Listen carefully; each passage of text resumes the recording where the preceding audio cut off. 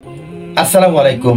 এক মাদ্রাসার ছাত্র তার শিক্ষককে প্রশ্ন করলো, হে আমার ওস্তাদ, আমরা মুসলমান জাতি, আমরা সারা পৃথিবীতে সংখ্যাগরিষ্ঠ হিসেবে বেশি সংখ্যায় থাকার কারণেও আমরা কেন সারা পৃথিবীতে মাইর খাওয়া জাতি? আমরা কেন বিভিন্ন ধর্মের লোকদের কাছে আমরা মাইর খাই? আমরা কেন সংকীর্ণ অবস্থায় বসবাস করি? আমরা কেন আল্লাহর বিধানগুলো আল্লাহর জমিনে বাস্তবায়ন করতে পারি না?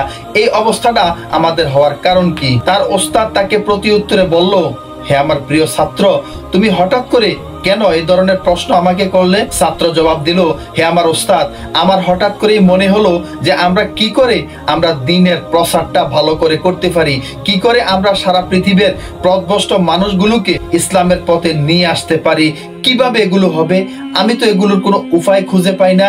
আমি তো চিন্তিত, আমি তো উদ্বিগ্ন, আমি তো হতাশ। তার ওস্তাদ তাকে বিস্তারিত প্রতি উত্তরে বলল, তুমি কি দেখোনি ফেরাউনের সেই ডাক্তারকে যে কিনা ফেরাউনের লাশ নিয়ে গবেষণা করতে গিয়ে ইসলামের সভ্যতা দেখে মুসলমান হয়ে গিয়েছে? তুমি কি দেখোনি সেই বিজ্ঞানীকে হাসি নিয়ে গবেষণা করতে গিয়ে মুসলমান হয়ে গিয়েছে? তুমি কি শুনোনি সেই বিজ্ঞানীর কথা যে বিজ্ঞানী চাঁদে গিয়ে দুনিয়াতে মধুর সুরে বাজা আজানের সুর শুনেই মুসলমান হয়ে গিয়েছে? তুমি কি দেখোনি সেই বিজ্ঞানীকে যে বিজ্ঞানী চাঁদে গিয়ে চাঁদের গায়ে ফাটা দাগ দেখতে পেয়েছে, যেই ফাটা দাগ নবী সাল্লাল্লাহু আলাইহি সাল্লামের হাতের ইশারায় হয়েছিল? তুমি কি শুনোনি সেই খ্রিস্টান ভাইয়ের কথা যে কিনা আমাদের দ্বীনি ভাইকে খ্রিস্টান ধর্মের দাওয়াত দিতে গিয়ে নিজেই মুসলমান হয়ে গিয়েছিল? তুমি কি দেখো না সেই সাহাবী গাছকে যে কিনা আজও দুদু মরুভূমির মধ্যে জীবিত হয়ে বেঁচে আছে? তাহলে তুমি কেন হতাশ যখন তুমি সত্যের পথে রয়েছো? তুমি কি জানো না তোমার ছাওয়া ফাওয়া কোনো কিছুই তোমার সঙ্গী হবে না? তোমার কবরের সঙ্গী হবে শুধুমাত্র একমাত্র তোমার আমল। এত কিছু জানার পরেও তুমি কেন হতাশ? তোমাকে কেন হতাশ হতে হবে? একটা বাস্তব সত্য হচ্ছে, তুমি কি জানো তুমি কেন হতাশ? তুমি কি জন্য হতাশ হচ্ছ?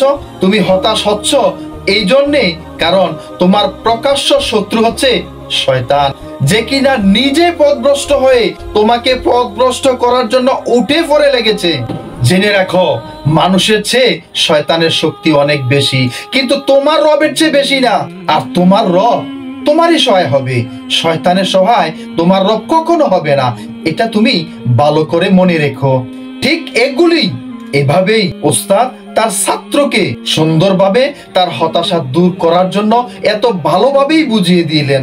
আলহামদুলিল্লাহ, সুবহানাল্লাহ, আমরাই পৃথিবীতে একমাত্র জাতি, আমরাই পৃথিবীতে একমাত্র জাতি যারা কিনা আমরা সঠিক পথে আছি।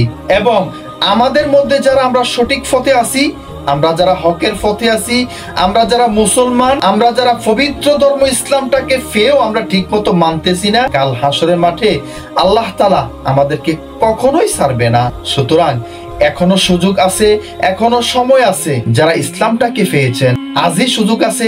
এখনই নিজেকে হেদায়েতের রাস্তায় নিয়ে আসুন, এখনই নিজেকে আল্লাহর পথে তৈরি করুন, এখনই আমাদের সকলকে জান্নাতের পথে অটলভাবে দাঁড়াতে হবে। আশা করছি সকলেই বুঝতে পেরেছেন। আল্লাহ তাআলা আমাদের সকলকে সঠিক জানার এবং বোঝার তৌফিক দান করুক। ওমা তাওফিক ইল্লা বিল্লাহ। আসসালামু আলাইকুম ওয়া রাহমাতুল্লাহি তাআলা ওয়া বারাকাতুহু।